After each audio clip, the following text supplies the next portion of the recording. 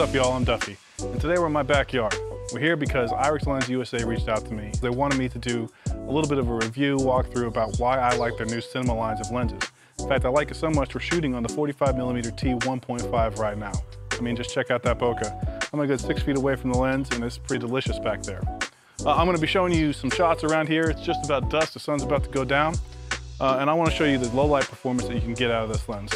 Every shot we're going to be showing you, as far as the B-roll goes, is going to be shot with the 45mm. Now, full disclosure, I actually do some work with Irix USA. They sent me their 45mm T1.5, which I said I'm shooting on now, and their 150mm macro T3.0, because we're going to shoot some commercials for them to promote launching their new lenses. But all these opinions are my own, and I really think these things that I'm saying, they're not paying me to say this. I've already got the lenses, I've already shot the commercials.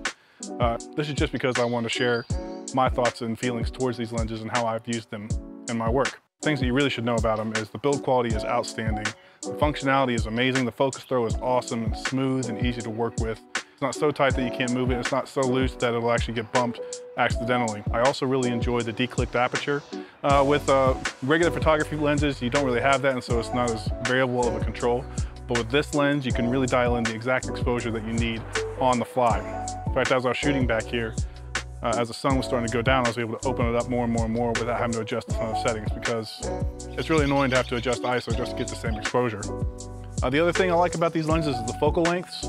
150mm macro, you can't really find that on the market, and I own the Sony 90mm macro, and it's a great lens. It's sharp, it's crazy, but there's sometimes that you just want to get that extra reach, that extra compression to separate from the background.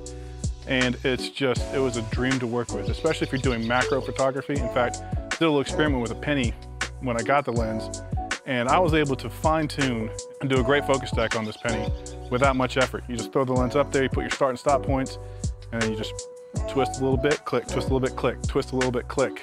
And with minimal effort and easy control of the focus, I was able to create a stack that was miles above more than I could have actually done with my Sony macro. That's because you have that 270-degree focus pull from closest focus to infinity. You also have the 45mm focal length, which is a super unique length. I mean, it's not quite as far as 50mm, and it's not as way obscene as a 35mm. I feel like it gives you a unique view on the world that most people don't have, and it just separates itself just enough to give a little bit of different good distortion to the image. And it kind of just separates itself. You get the qualities of a 50 and you get the qualities of a 35. But more specifically with the 45mm, I just absolutely love the T1.5. I'm pretty sure that's like an f1.4 if we wanted to break it down in photography terms. But I mean, the bokeh that it produces at wide open is just insane. But for my line of work, I find that I really don't need it that wide all the time, but it's nice to be able to go to that. The other thing I really enjoyed about working with these lenses is the T-stops. If you switch between lenses, it's really easy to absolutely know that you're gonna nail the exposure in between lens swaps. In fact, when I was shooting the 45mm commercial, there were a couple shots I had to shoot with the 150, put the T-stop right on there, and everything just matched. A lot of times when you shoot something with a photography lens, and let's say you're shooting at f2.8. f2.8 on one lens is gonna be different with the light that's actually hitting the sensor than an f2.8 on the other lens, just because there's different optics between the sensor and your subject. And they let light through in a different way. So just knowing that I was gonna get the same exposure in between lens swaps made post that much better. But overall, man, I think that these lenses are absolutely phenomenal. I've been really enjoying using them. I can't wait to use them more. In fact, I recently used the 45mm lens this week to shoot a video for a client. And when I showed it to him afterwards and delivered it to him, one of the comments was, "I cannot believe the detail you are pulling." And that's really the main thing that I think you should pull from these lenses, is that the detail, even up to 8K, which I've never filmed in 8K, this camera only does 4, but the detail is insane. In fact, I did an experiment when I just got this lens in to see if I could light my face with the computer, with my computer screen only. And I'll show you a still I pulled from that video, and you can actually see the pores in my face from that still. And being able to light yourself with a computer screen is just very, very cool to me.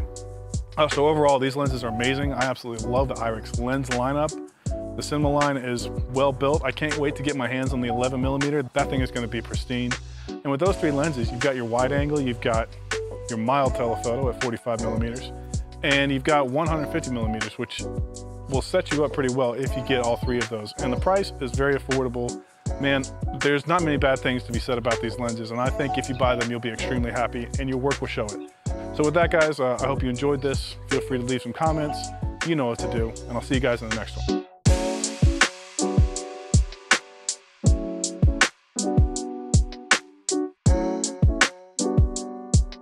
Real quick, I actually noticed that the exposure has changed quite a lot, and the sun is basically completely gone from the sky now. It's just barely a haze far in the horizon. I can see some stars. I'm gonna turn off all these lights I've got on. I'm gonna go shoot some B-roll like this, wide open, and let you guys see what everything looks like in my backyard at that point too. All right, see you guys later.